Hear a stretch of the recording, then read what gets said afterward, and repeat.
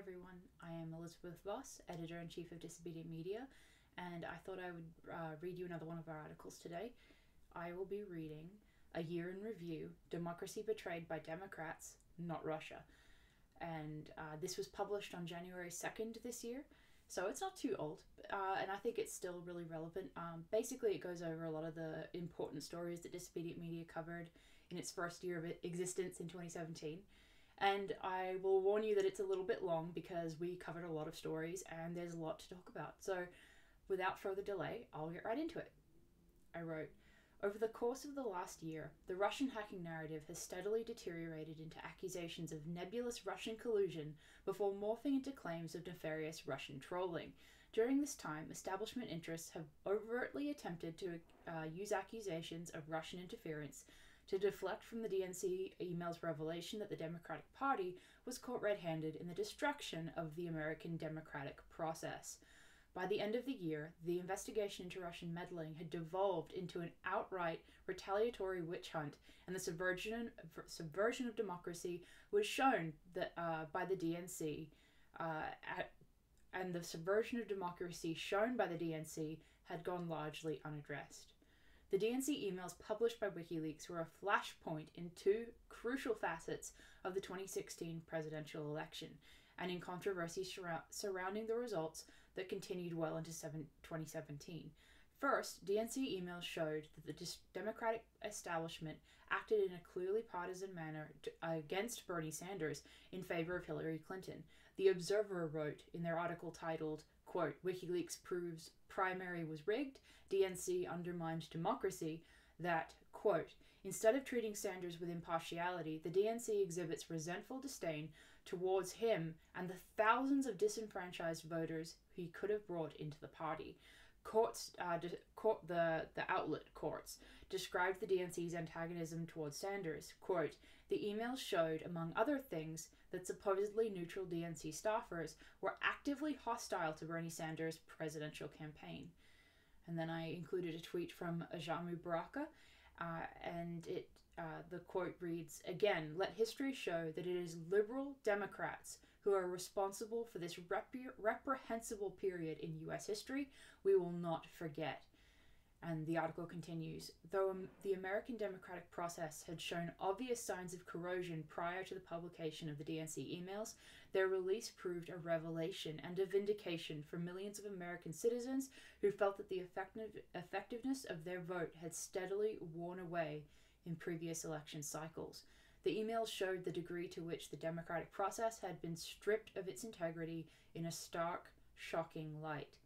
Secondly, the publication of the DNC emails served as the starting point for the consistently and constantly evolving Russian hacking narrative, which has changed in the face of evidence within the chrysalis of media salivation, from accusations of a hack to accusations of collusion, and finally to accusations of mere Russian social media trolling. As Michael Tracy points out, even Russian ancestry is now treated as sufficient pretext for suspicion.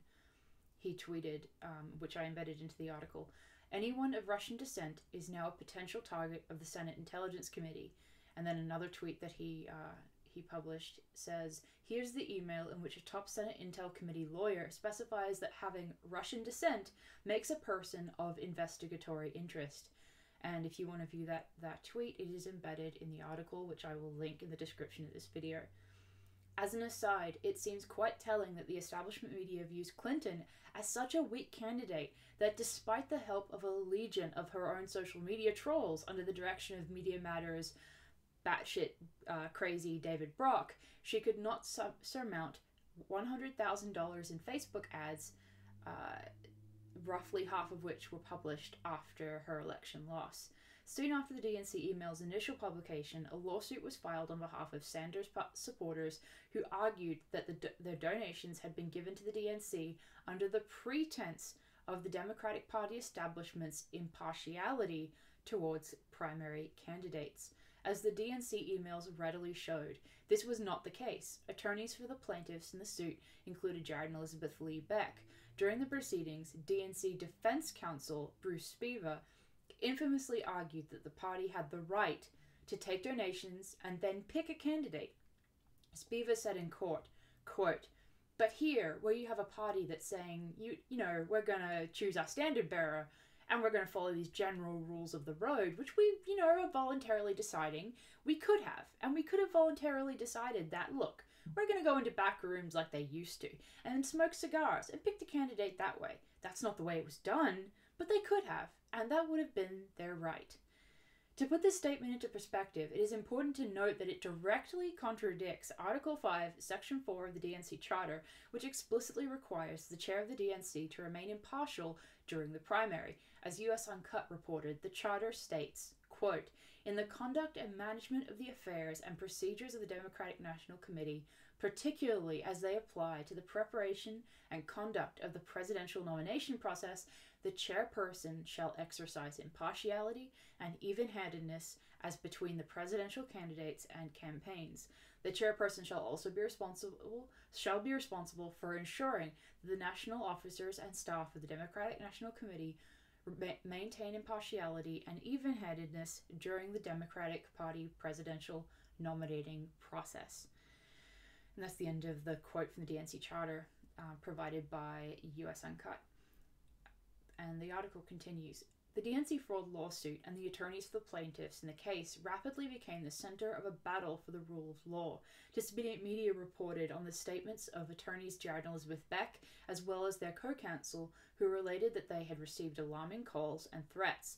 The events eventually prompted them to file a motion seeking protection in the case, which cited the deaths of Seth Rich and Sean Lucas. The Becks have stated repeatedly that both Rich and Lucas would have been witnesses in their suit. And then I embedded a tweet from Julian Assange that uses the hashtag #TolerantLiberal, tags Evan Ross, and then has a screenshot of Evan Ross's tweets, which read, quote, "He exposed classified American secrets that endangered lives. He and his buddy Edward Snowden both deserve to meet their maker. I'd be happy to pull the trigger on both of those two." And he misspelled two. Obama, and then another tweet was, "Obama didn't promise not to take us into war. He promised to use it only when necessary." So, and in the first tweet that I just read, when Evan Ross said he exposed classified American secrets that endangered lives, he was referring to Julian Assange, and so he was out offering to kill both Edward Snowden and Julian Assange. The harm alleged in the Beck's motion for protection was not the last time that threats of violence would erupt. And, excuse me one moment, my browser just decided to take me out of the article, so I have to take 1 second and return to it. Okay, back into it. The harm alleged in the Beck's motion for protection was not the last time that threats of violence would erupt in relation to the DNC fraud lawsuit. After Disobedient Media reported that WikiLeaks' Julian Assange had compiled a number of liberal accounts calling for his death, this author noted the account of Evan Ross, a Floridian Democrat. Disobedient Media reported on Ross's public statement of willingness to personally kill both Julian Assange and Edward Snowden. Ross's numerous social media posts showing him hugging Hillary Clinton, Tim Kaine, and members of the press. And later, Disobedient Media reported that former DNC chair Debbie Wasserman Schultz, who is named as a defendant in the DNC fraud lawsuit, soon appeared remarkably affectionate towards Ross at a public event in Florida. And in the article, I showed an image of former DNC chair Debbie Wasserman Schultz embracing Evan Ross in Florida, and the image was provided by Floridian progressive activist Jeff Campbell. The integrity of the Democratic Party was further called into question after it emerged that the New York City Board of Elections admitted it broke the law during the primary. Disobedient Media reported that the Department of Justice announced that the New York City Board of Elections broke federal law when it improperly purged nearly 120,000 Democratic Brooklyn voters from the rolls ahead of last April's presidential primary. New York City Board of Elections was reported to have admitted it broke federal law last year after the number of active registered Democrats dropped by 63,558 voters between November 2015 and April 2016. That translates into a 7% drop in registered Democrats in the borough. The report added to widespread allegations that the Democratic Party rigged the primary in favor of Hillary Clinton, and the defense of such rigging by Bruce Spivak in open court as part of the DNC fraud lawsuit proceedings. Despite the significance of the admission, Legacy Press failed to report on its significance, leaving it in a trail of other unreported stories who, when placed together as part of a larger whole, clearly demonstrate that the Democratic Party establishment actively worked against not only Bernie Sanders' candidacy, but the underlying structure of American democracy. Former DNC chair Donna Brazile also entered the fray after publishing a book in which she wrote that the 2016 primary was rigged in favor of Clinton. Her assertion was at least briefly supported on cable news by Democratic Party establishment favorite Elizabeth Warren. This was not the first time that the American democratic process was thrown into question. In 2014, the BBC reported that a Princeton University study found that, quote, economic elites and organized groups representing business interests have substantial independent impact on U.S. government policy, while average citizens and mass-based interest groups have little or no independent influence. Effectively, the study indicated that corporate power had usurped the voting rights of the public. Nothing could have more aptly embodied the corporate interference in the democratic process than former Google and Alphabet executive Eric Schmidt. Disobedient Media reported Schmidt's continuous personal involvement in Clinton's campaign from as early as 2014. He provided the Clinton camp with suggestions on how to develop the basic structure of the campaign, again as early as 2014. In addition to the donation of a Google plane for the campaign's use, Schmidt recently stepped down unexpectedly from his executive position at Alphabet without naming a successor for unknown reasons. Disobedient Media also reported that while under Schmidt's leadership, Alphabet financed the cybersecurity firm CrowdStrike with over $100 million through the Alphabet subsidiary Capital G, that Google's parent company would finance the same entity whose allegations form the singular basis for claims that Russians hacked the DNC is particularly troubling given Schmidt's intense involvement in Clinton's campaign. It raises questions regarding the possibility that CrowdStrike fabricated claims of hacking in order to deflect from the damaging content in the DNC emails. If true, this would be a shockingly reckless attempt to cover up wrongdoing while also falsely implicating a nuclear-armed power. A recent report by Adam Carter, published with Disobedient Media, fueled controversy surrounding CrowdStrike's veracity in connection to the DNC servers. Carter's astute report suggested the possibility that the company had planted malware on the DNC servers. He wrote, quote, the fact that 2 out of 3 of the Fancy Bear malware samples identified were compiled on dates within the apparent 5-day period CrowdStrike were apparently at the DNC seems incredibly unlikely to have occurred by mere chance. That all 3 malware samples were compiled within 10 days either side of their visit makes it clear just how questionable the Fancy Bear malware discoveries were. And that's the end of that quote. Carter's analysis lends additional credence to the interpretation that CrowdStrike had acted in an attempt to fabricate evidence of Russian hacking. Carter has previously pointed out that many instances of inconsistencies surrounding CrowdStrike and stated his belief that higher-ups at CrowdStrike might have gone so far as to participate in the creation of the Goose for Two persona. This conclusion is supported by the groundbreaking work of the Forensicator, whose analysis of Goose for Two's NGP van publication, specifically its metadata, indicated that the files had not been hacked from Eastern Europe and were most likely copied locally. This groundbreaking study added to the conclusion that the Russian hacking narrative is characterized by CrowdStrike and often attributed to Goose for Two acting as a Russian hacker was deeply flawed, if not outright fabricated.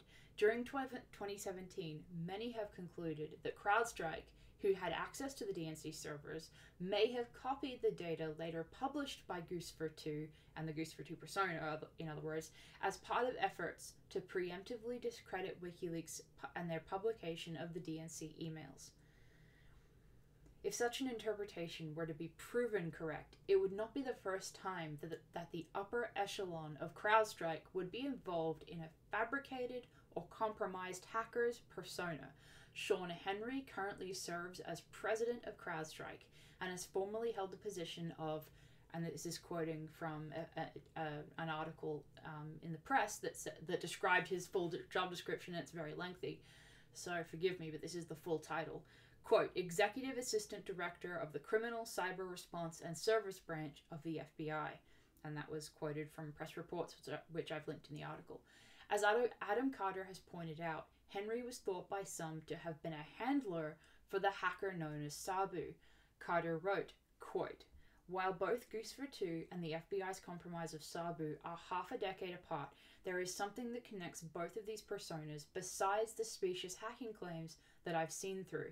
It turns out that while compromised by the FBI, Sabu's handler at the time the hacking claims were made is one of the two people I've concluded were most likely to be behind the Guccifer 2 persona. In other words, both of the high-profile, questionable hacking claims that I've spotted during the past 6 to 7 years have had some connection to Sean Henry. Not only this, I recently discovered a blog entry in which an author was questioning the authenticity of Guccifer 2 the day after he appeared, specifically questioning whether it was a pseudo-hacktivist managed by Henry. So it seems, on top of everything else, Henry has a track record for overseeing operations that have involved questionable hacks and high-tech counterintelligence efforts, as well as the hacking of numerous foreign organizations. And that is the end of the quote from Adam Carter. It's a long quote, but I thought that it was extremely necessary to include the entire passage there. And then the article continues. As Carter writes in his report, other independent media articles have questioned Henry's role in compromising the hacker known as Sabu in connection with the creation of the Guccifer 2 persona. Adding to this concerning picture, Disobedient Media reported on the legacy press silence surrounding WikiLeaks' publication of Vault 8 documents. WikiLeaks wrote of Vault 8, quote, This publication will enable investigative journalists, forensic experts, and the general public to better identify and understand covert CIA infrastructure components. Source code published in this series contains software designed to run on servers controlled by the CIA. And that's the end of the quote. This publication was extremely significant because it showed that American intelligence agencies had the ability to impersonate a Russian antivirus company and had in fact done so. Unsurprisingly, the legacy press was utterly silent on the matter. And when I say utterly silent, I mean not one press report on Vault 8 and its publication. This author wrote in response to WikiLeaks' publication of Vault 8, quote, and I'm quoting from my article on that subject that I had published, I think a couple months earlier to this review of 2017. Quote, one of the key points that can be drawn from WikiLeaks' release of Vault 8 is that the CIA had the capacity to pretend to be Kaspersky Lab, and that in fact they did impersonate them. This revelation is significant because it directly illustrates the capability of U.S. intelligence agencies to create false attribution. Likewise, the publication of Vault 7's Marble Framework earlier this year revealed issues of misattribution. And obviously earlier this year it was in reference to 2017. Furthermore, Legacy Press and the authorities' own definition of what constitutes Russian hacking, then collusion, then trolling, has shifted dramatically during the last 12 months, until it has finally devolved into an outright attempt to stamp out any and all dissent in the face of corrupt power structures. And at this point, I included a tweet from Dr. Jill Stein, which read, quote, Reminder, the Russian hysteria was created after leaked DNC emails exposed collusion to sabotage Bernie Sanders and rig the Democratic primaries. The DNC claimed it was hacked by Russia, yet refused to let the FBI investigate its server. And forgive me 1 second, I gotta drink some water before my voice completely dies. So, okay. An investigation into the matter, spearheaded by Robert Mueller, devolved into an outright retaliatory witch hunt against what appeared to be against what appeared to be those who posed a threat to Clinton in the 2016 election. WikiLeaks supporters and Green Party members were thrown onto the Russian collusion pyre, and Disobedient Media covered the mutation of the Russian collusion allegations against WikiLeaks supporter, comedian, journalist, and human rights activist Randy Credico, as well as former Green Party presidential candidate Jill Stein. In summary, the investigation of Russian collusion has amounted to a witch hunt in retaliation against those who threaten the oligarchic American status quo. It has amounted to a lackluster attempt to gaslight the public in the hopes of preventing the realization that the power of their vote has effectively been stripped from them. Dissenters across the political spectrum, as well as those who provide evidence of the breakdown of American democracy, have been systematically punished for speaking out. Disobedient Media reported repeatedly on the increasingly overt censorship of independent voices over the last year. And obviously, since I wrote this review, it's gotten even worse, especially in terms of Facebook. And then in the article, I included a tweet from Max Blumenthal, which read, quote, "Russiagate as a war on dissent. Amicus brief filed by Brennan, Clapper, McFaul, and other national security state honchos seeks to define American journalists and activists who criticize the US NATO line on Russia as subversive fifth columnists." And that really encapsulates the fact that the Russian hacking narrative has allowed dissent to become more and more punishable. It gives a guise to simply punish anti-establishment voices. Russian hacking, censorship, and Democratic Party corruption were not the only issues of importance in 2017. Disobedient Media's William Craddock reported on the important ongoing issues stemming from Chinese state interests and meshing themselves in US political and media circles. Legacy Press has sparsely reported on the problems that could arise from Chinese state influence in American political structures. Compounding this issue, Disobedient Media reported on the Chinese buyout of a number of Hollywood entities. The influence of that the buyout may have in the future remains uncertain. But the subject is a key and underreported issue that may become the focus of larger media outlets in future. While establishment press rants hysterically about Russian Facebook ads, they ignore China's purchase of an entire American media structure. Craddock also reported on topics ranging from Saudi Arabia, Turkey, and Reddit's lenience towards a sub-forum that championed an AMA with an Al-Qaeda affiliate. Meanwhile, Disobedient Media's Kenneth Whittle provided consistent coverage of the Iran scandal and the corruption within the State Department, as well as James Comey's improper exoneration of Clinton amidst her email scandal months before key witnesses were interviewed in the case. Human trafficking was also an important issue this year, especially after revelations of alleged sexual assault perpetrated by media figures like Harvey Weinstein. Disobedient Media published numerous articles on the subject, which is often ignored by legacy press. None of Disobedient Media's reporting on the issue was more significant than the testimony of human trafficking victim Greg Bucciaroni and the corroboration of important aspects of his allegations by multiple government records. The report confirmed the existence of an East Coast child sex trafficking network previously discussed in a FOIA published by Disobedient Media. Bucciaroni's allegations raised innumerable questions regarding the systemic misuse of philanthropic groups for the purpose of accessing vulnerable children.